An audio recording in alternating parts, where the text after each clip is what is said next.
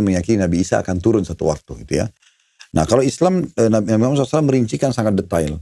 Kapan Nabi Isa turun? Di saat Dajjal sudah keluar dan membuat kerusakan di muka bumi.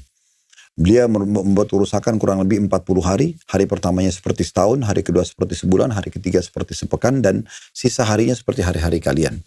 Dia akan keliling di muka bumi dan dia mengaku sebagai Tuhan. Orang yang mengikuti dia sebagai Tuhan, meyakini itu, maka akan makmur negerinya.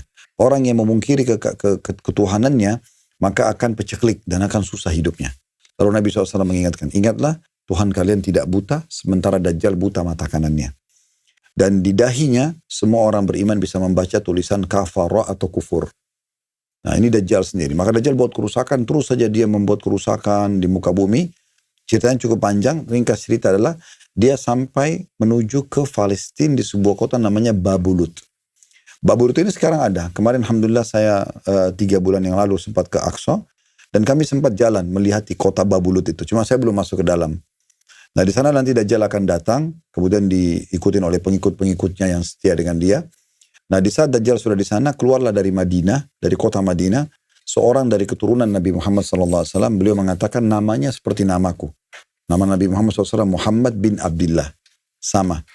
Tetapi dan fisiknya seperti fisikku, tapi akhlaknya tidak seperti akhlakku. Karena tidak ada orang yang sama dengan akhlak Nabi Muhammad SAW.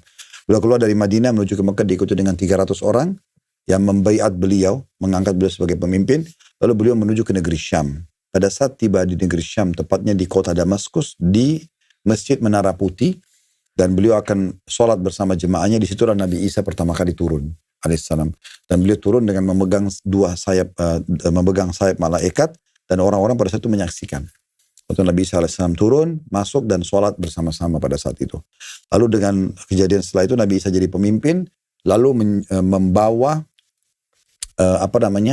membawa pasukan tersebut menuju ke Babulut, ya, untuk membunuh Dajjal. Begitu dibuka pintu gerbang tersebut, Dajjal pun akhirnya meleleh setelah dilihat Nabi Isa, dan Nabi Isa mengatakan, engkau tidak akan bisa lari dariku karena aku memiliki satu pukulan yang akan membunuhmu.